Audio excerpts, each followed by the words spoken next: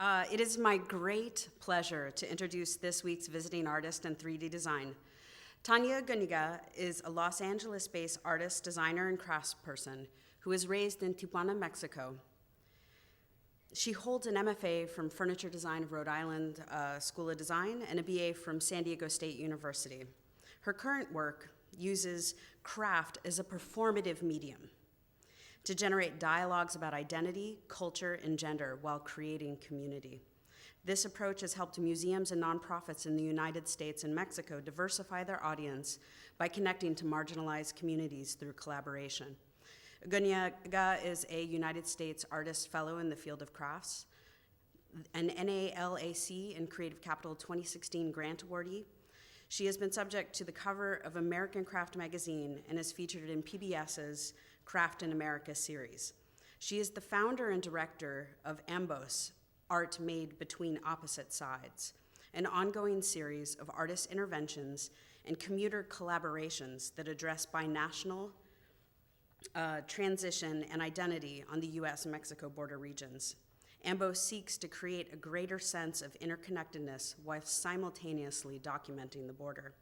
Locally, she mounted a solo show which opened this weekend at Chicago's Volume Gallery, and in between now and 2018 is working towards exhibitions in Design Miami, the Renwick Gallery at the Smithsonian American Art Museum, and a solo show at the Museum of Art and Design in New York, among many other projects. Please join me in welcoming this prolific designer.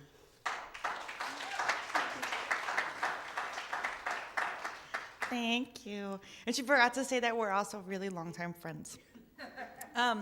So just because we're very, very far away from the border, and the border really influences the type of work that I make, I want to show you guys a video which is from PBS's Craft in America. I believe it's season 5 or 4, I'm not sure, but if you go to pbs.org, you can find it, and it's available for free. And this one is called Crossroads. I was thinking a lot about just growing up on the border and having this dual personality. Changing her country each day is definitely part of the work. It was this idea they had of East and West meeting, opening up cross-cultural references, how everybody gains when we are open to the other. It just connects us, and it just brings out our humanity. My work intersects old technology and new technologies, which allow her to make a kind of art the world has never seen. 'Tis a gift to be simple, 'tis a gift to be free, 'tis a gift to come down where you want to be. And when you find yourself surprised, just walk into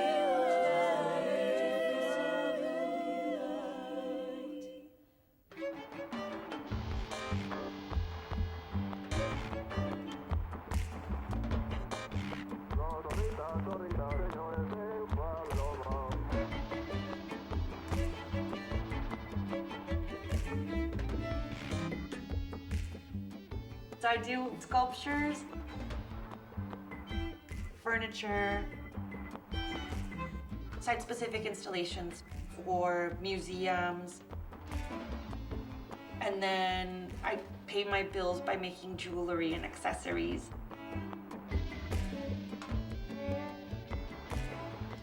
Yeah, just lots of stuff, lots and lots of stuff.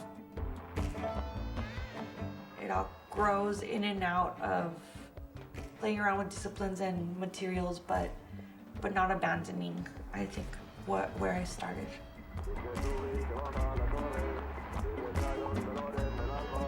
So now we're getting closer and closer and closer to the border, and that little, like, hazy horizon is Tijuana already. You know, my parents both live there. My sisters and I all grew up in Tijuana. It's a safe place for me and for my family. My grandmother had 9 kids. She had 7 girls and 2 boys, and my dad is one of the 2 boys. My mom, she was a U.S. citizen, born in Azusa, California. one of the reasons why we're living here in Mexico instead of living in the States, because I didn't want my kids to be unattached to their country. So their roots will be pulling them and feeling that they're Mexicans. As a kid in Tijuana, I grew up in the very, very tiny, tiny house. The block that we lived in was not the best block as far as looks go, but it was, everybody knew everybody. I was always a really, really outgoing kid, so if a new person moved into one of the houses, I'd go knock on the door and say, do you have any children, and how many children, and what are the ages and their gender? You know, and they would tell me, oh, there's this girl, this boy, this girl, and I'd request the one that was closest to my age, and it was a girl, and I'd say, well, is that one available, and could she come and play? My dad and I would cross the border every day, and I would get dropped off at my grandma's house and then go to school close to my grandma's house. And it wasn't because my parents wanted me to go to school in the US, it was because they didn't have a babysitter. And so my grandmother lived on the US side, and so then they just, by default, I just ended up being dropped off in the US.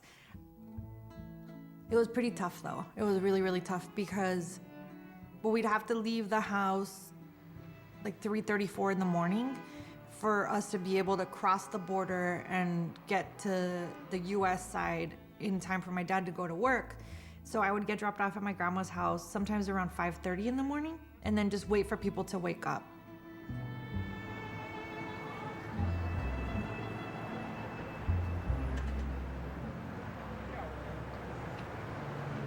Yeah, and so a lot of these blankets are the types of blankets that I use in the weavings that has all the crazy colors in it.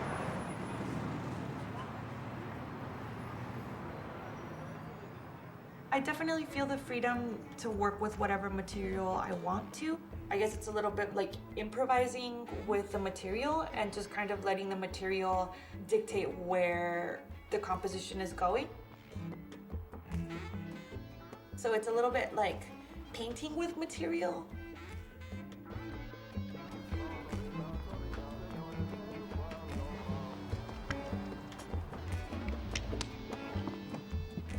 My exploration into color and texture comes from the Mexican side of me, and the cleaner lines and more minimal aesthetic come from the US side of me. I'm just really drawn to the spirit of her work. Tanya puts all of herself into the littlest detail of what she does. The texture and feel of her pieces, I think, completely relates to her own sense of self and her own environment. And her pieces have this surface texture that's sort of reaching out to everything around it. Everywhere you place one of her pieces, it suddenly feels at home.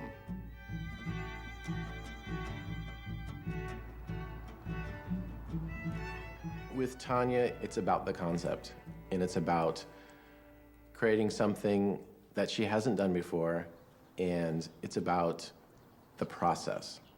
It's all about the process that I respect about the artist and that I cannot, as you know, I don't understand. Well, I was at the Rhode Island School of Design working on my thesis for grad school. I was thinking a lot about just growing up on the border and having this kind of dual personality where sometimes I was one thing on one side of the border, and then on the other side, you know, I'd have to become something else to fit in. And so I was thinking of a lot of stuff that had to do with dualities. Because I was studying how to make furniture, I started thinking about if there was a chair that I could work with and transform into the opposite of what it was, but still letting it retain most of its personality. And so that's kind of how the felt chair idea came out, was just taking something that was super cold and uninviting and transforming it into something soft. It comes as raw wool. And then through the process of hand rubbing it for 20 hours, it becomes felt. So it's like making a gigantic dreadlock, but just around a chair, which is what Carla's currently doing. It's her work. I respect it. I want it to be perfect as if she was doing it. Tanya has been like, you know, she's my best friend. She's my mentor. She's my boss. She got me introduced to art because when I was a kid, she kind of noticed that I really liked drawing. So she would buy me art supplies and take me to like art classes. She always tried to push us to do whatever we enjoyed doing, whether it was Carla drawing, or even when I was really into writing, she would always kind of make us, you know, push us to keep doing that. Yeah. See? This is like, show me your tricks. Tanya has been felting for like about 7 or 8 years now. So a lot of the felting now comes to me because she's just like really sick of it. And it used to be like this process that was really friendly and really amazing, but then it just takes so long that you just kind of like hate it at some point. Because it's like doo-doo-doo, you know? Getting into felting didn't have to do with a love of felt. It had to do with wanting to learn a technique that I could take to small places that didn't have electricity, running water, or anything like that, and teach people a skill that could help them earn some income. Early on with Tanya, she felt a responsibility to support where she came from and support the underdog. This is the community of Maclovio Rojas in what was the outskirts of Tijuana, but now seems to be more and more connected to the rest of Tijuana. I started coming here in, I believe, 1997. And when I started coming here, it was with the Border Art Workshop. And so this community is really special. This place was settled mainly by women. And when I got here in 97, there was already over 8,000 families. This entire place is scrapped together. And so the motto here was pound to fit, paint to match. And so it was just whatever we could get our hands on, we would make use of. We had a lot of different projects going on throughout the community. One of them was to build this community center that was to stand as a beacon, as a ship of kind of freedom and education. The art that was created out of this community center was a really, really important part of what was happening because it was a way for them and us to help them tell the story of this community. When we would talk to the women about how it was that they settled this land, they would talk about that they would lay down and they would cover themselves, and then rattlesnakes would go in underneath the covers and sleep with them at night to keep warm, and then the women would wake up in the morning, chop off their heads, and eat them for breakfast. And so it was just always a really beautiful way for us to think about how strong the women of this community are. And just how amazing, you know, the circumstances in which they founded this area. My experience in Maclovio Rojas inspired me to become an artist. It also just really taught me to trust and love working with other people. Okay, so then we have, these are the doubles. Okay, those are singles. The singles, and then there's mediums that are inside there as well. They're just like kind of off-white. We have such an obsession with Sammy. So we're like, Sammy, come sit with us. Jewelry is what allows for all the other things to happen because there's a larger market, and especially with the internet, people from all over the world can have these products available. So a lot of the times we get really big orders, and because everything is made by hand, we can't really catch up. Let's move this over closer to you. We don't outsource anything. Like, still, they have to understand that we do it all by hand, so. Yep. There's, if we need doubles in chartreuse. She's a teacher at Otis, College of Art and Design. So at the end of my junior year, she was like, oh, would you like to be one of my interns? And I was like, okay, sure. So that's where it started. It was kind of like a little experiment each class where she would like show us a new thing. She would like bring her burners to class and like show us how to like boil leather and weave and dye things.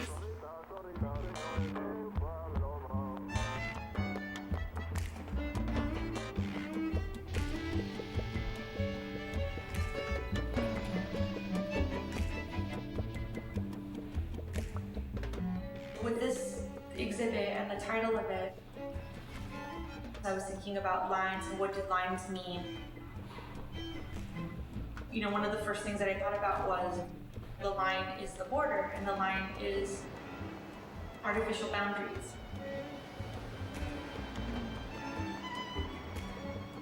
So the space is really laid out with all these artificial boundaries because if you really wanted to get through it, you know, it's just string, you could just, you know, go through stuff.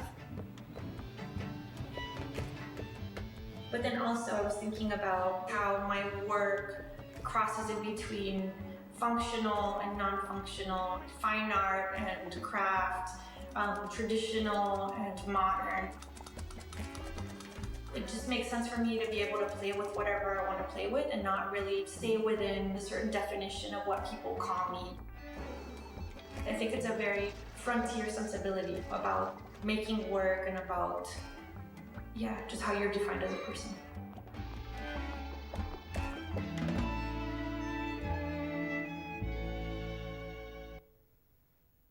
Okay. So that video was shot. It's always really funny through the years whenever I show it because it was, because I get older and older, obviously every year.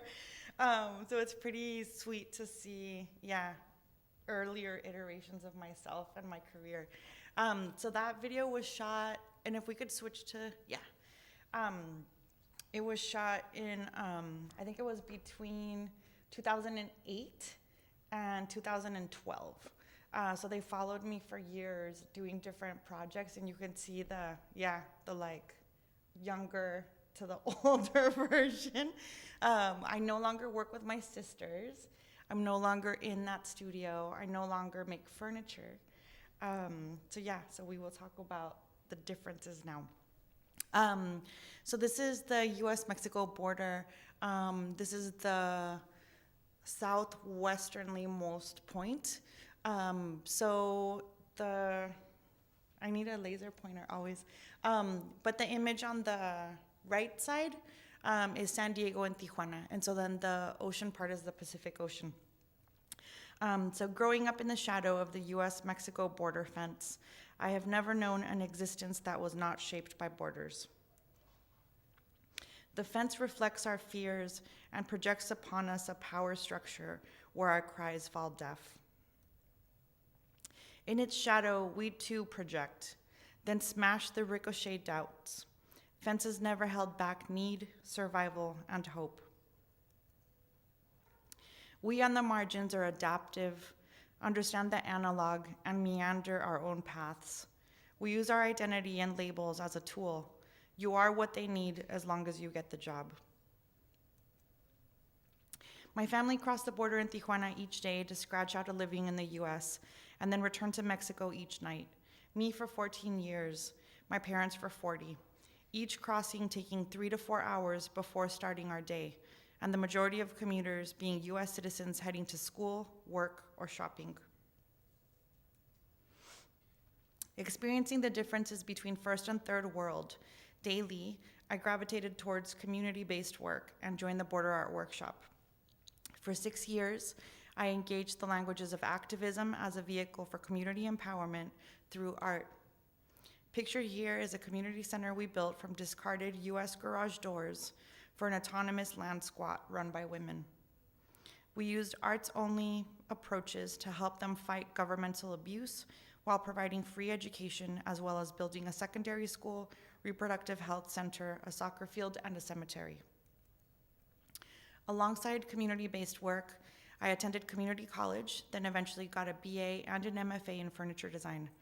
Coming from the working class, I gravitated towards studying and making art that had function, and that would hopefully pay. Something that my family could understand in humble materials that was useful. Fiber came into my work as an homage to my Mexican culture: texture, color, and the unexpected party. Slowly, I realized the power of not needing expensive tools or materials, and the freedom in fiber's ability to be taught to anyone, and the opportunity in easily correcting mistakes. It was the perfect thing for a person seeking to deconstruct hierarchies through craft. It held an ability to break down the socioeconomic restraints of higher education. It questioned our fetishization of precious materials and let bodily intuition shape the form. Fiber slowly ate away the furniture in me, and what remained was structure and a love for understanding material capabilities. My studio now operates as a safe space for minorities to come together and collectively work on large-scale fiber pieces. Together, we learn how to run a business,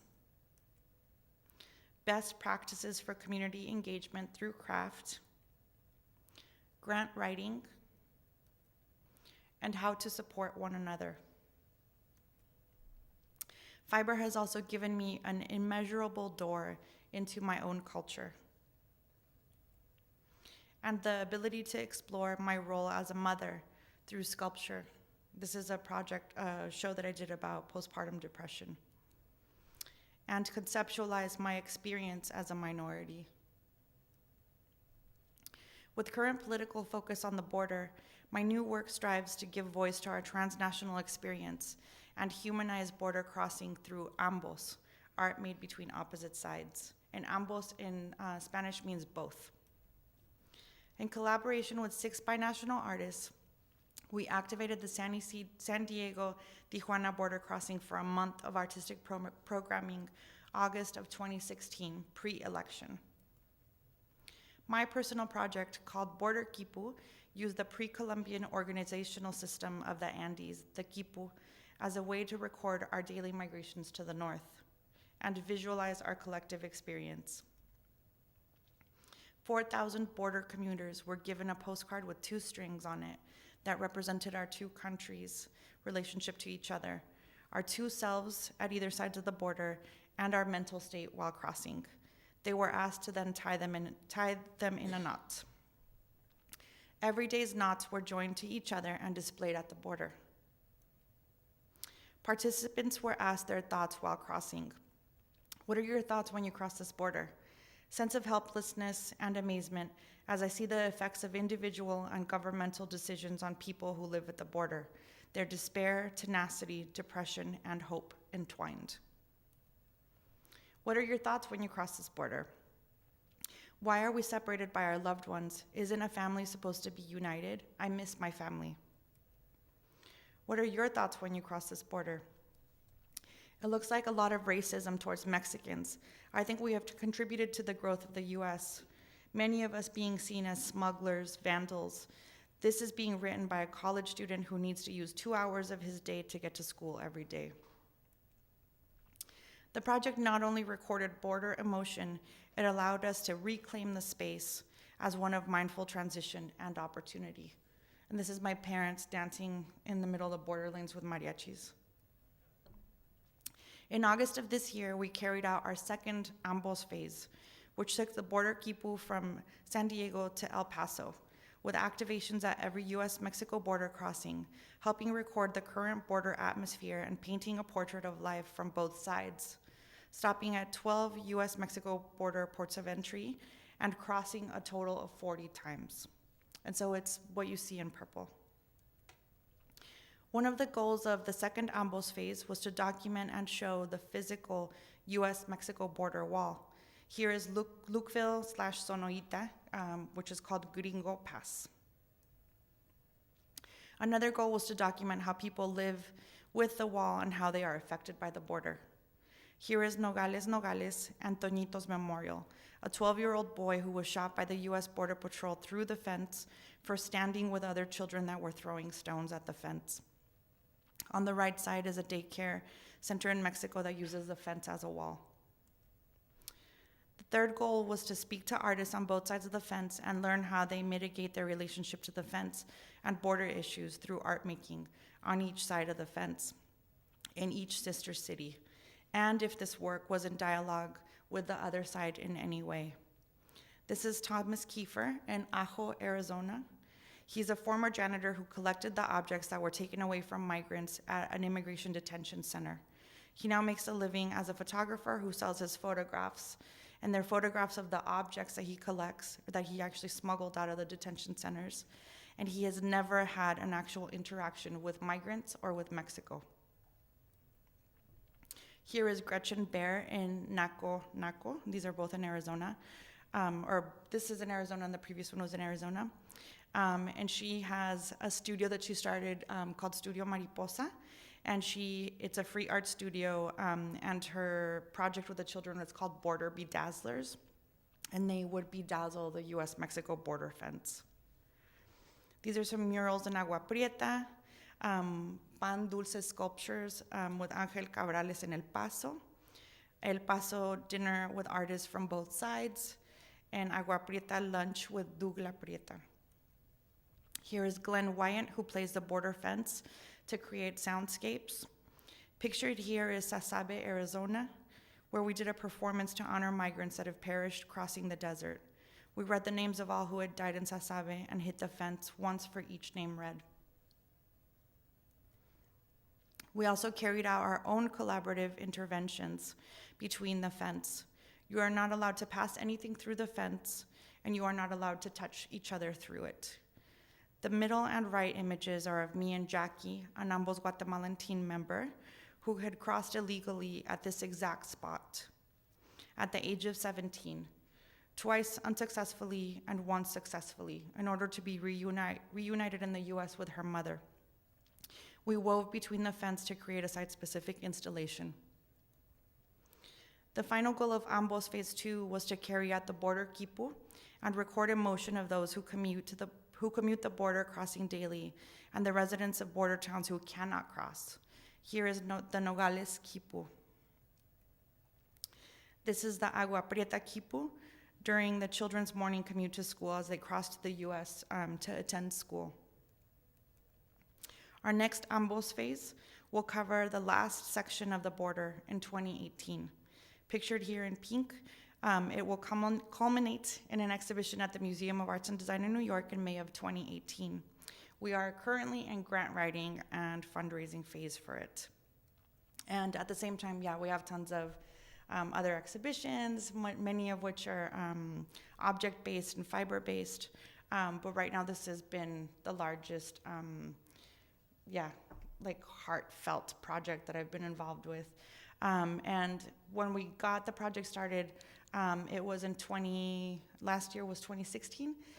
It took 6 years of grant writing for us to get to that point, to be able to get it off the ground.